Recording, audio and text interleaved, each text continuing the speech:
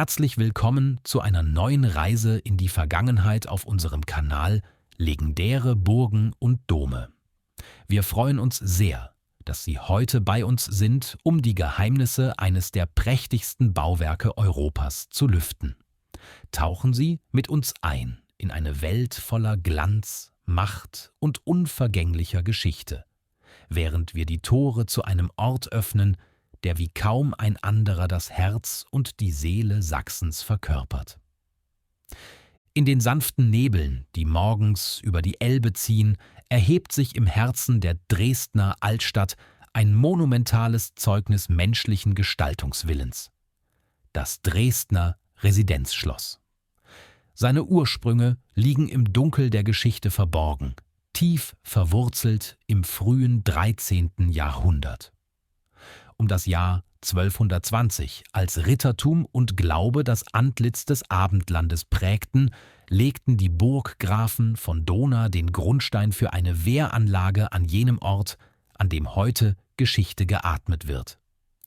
Ein verheerender Brand im Jahr 1220 zerstörte die ersten einfachen Bauten.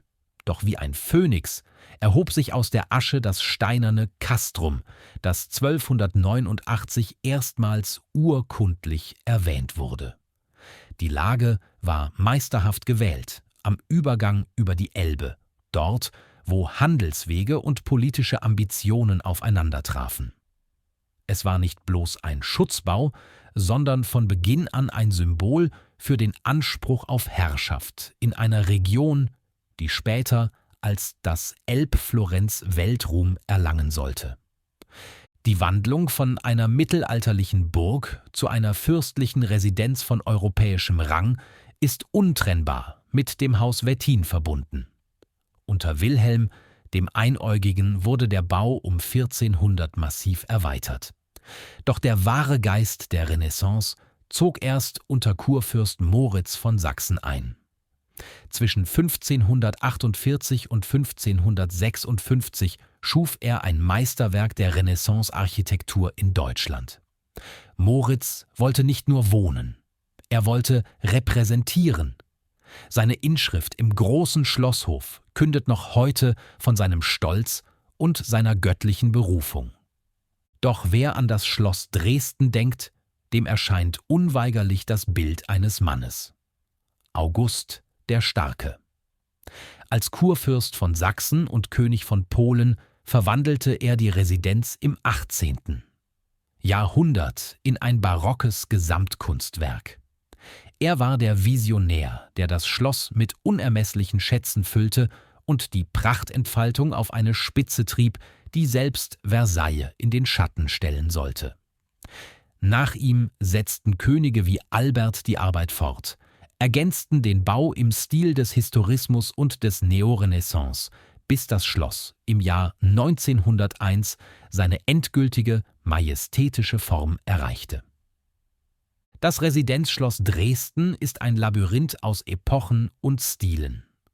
Seine technische Brillanz zeigt sich in Details wie dem Hausmannsturm Dresden, der mit einer schwindelerregenden Höhe von 100,27 Metern über der Stadt wacht. Wer seine Stufen erklimmt, wird mit einem Panorama belohnt, das die Zeit stillstehen lässt. Der Schlosshof selbst, mit seinen 38 mal 36 Metern in den Anfängen, wuchs zu einem riesigen Areal heran, das durch die kunstvolle Sgraffitotechnik an den Fassaden besticht. Biblische und antike Szenen, die direkt in den Putz gekratzt wurden und eine plastische Tiefe erzeugen, die den Betrachter magisch in ihren Bann zieht. Besonders faszinierend ist der Stallhof Dresden, ein Ort, der für Turniere und höfische Feste geschaffen wurde. Die angrenzende Lange Galerie beherbergt heute das berühmte Porzellanmosaik des Fürstenzuges.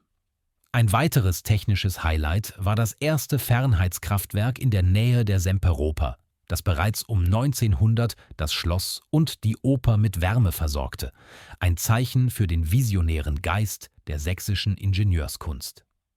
Jede Halle, wie der fast 60 Meter lange Riesensaal, zeugt von einer statischen und ästhetischen Meisterschaft, die bis heute Architekten weltweit in Staunen versetzt.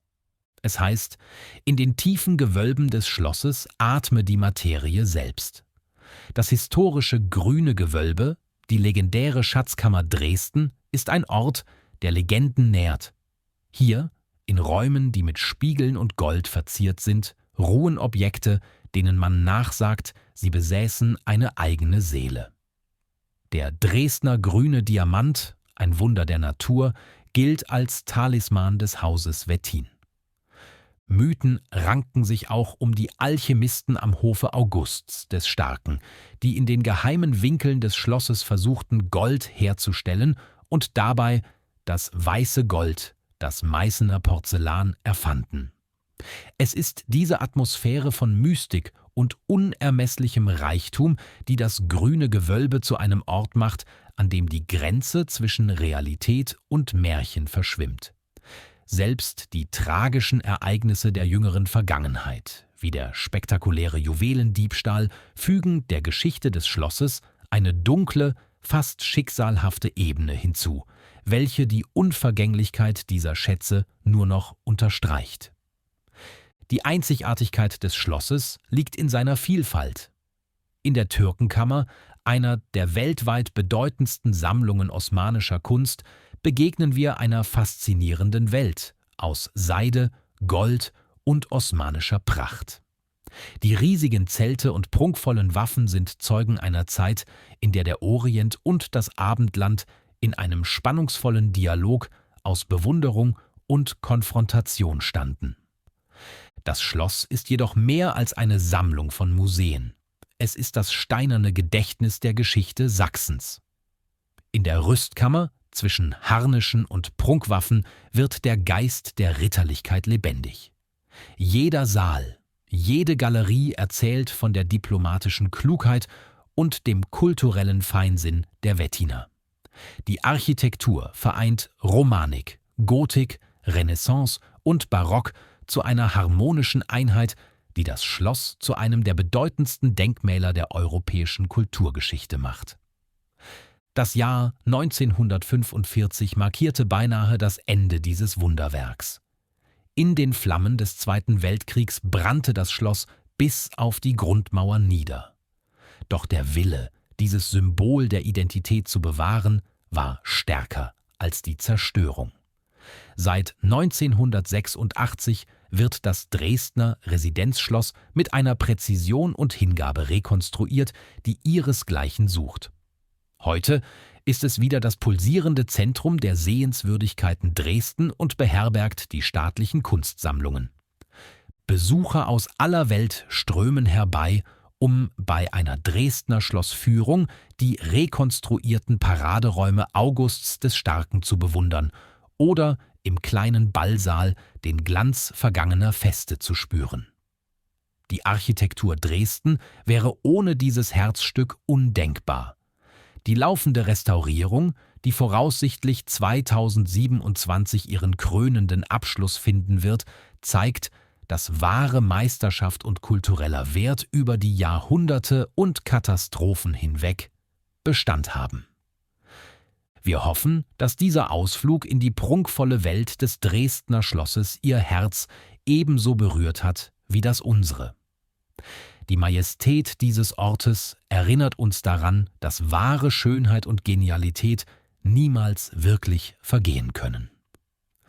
Weitere Informationen über dieses außergewöhnliche Objekt, die genaue Adresse sowie die aktuellen Öffnungszeiten finden Sie unter dem Link zur offiziellen Quelle, den wir für Sie in der Videobeschreibung hinterlegt haben. Vielen Dank für Ihre Aufmerksamkeit und Ihr Interesse an legendäre Burgen und Dome. Bis zum nächsten Mal, wenn wir gemeinsam wieder Geschichte zum Leben erwecken.